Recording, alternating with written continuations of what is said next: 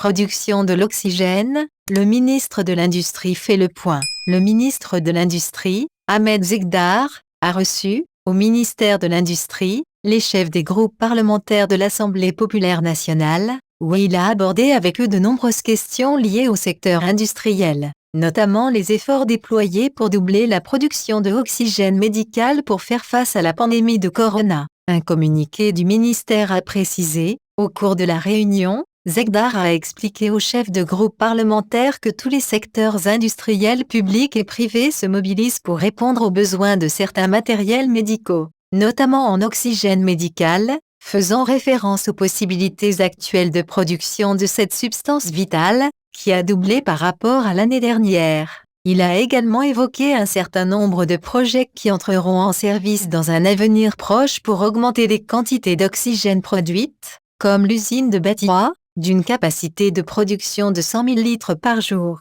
qui contribuera à répondre aux besoins nationaux. Le ministre a également évoqué l'apport des usines sidérurgiques en dirigeant leur production d'oxygène industriel vers les hôpitaux après qu'il a été prouvé qu'il est conforme aux normes requises pour un usage médical. Plusieurs secteurs concernés. Il a souligné que ce dossier, en application des instructions du Premier ministre, est géré en parfaite coordination entre les secteurs concernés, à savoir l'industrie, la santé, l'industrie pharmaceutique, l'intérieur et les collectivités locales en plus du secteur de l'énergie en ce qui concerne aux aspects techniques liés à l'accélération du rythme d'exploitation des projets d'usines à oxygène programmés. Dans ce contexte, les chefs des groupes parlementaires ont exprimé leur satisfaction quant aux mesures urgentes prises au niveau sectoriel et aux efforts déployés pour apporter cette substance vitale au regard de la crise sanitaire que traverse le pays. Dans un autre contexte, les députés, lors de leur entretien avec le ministre,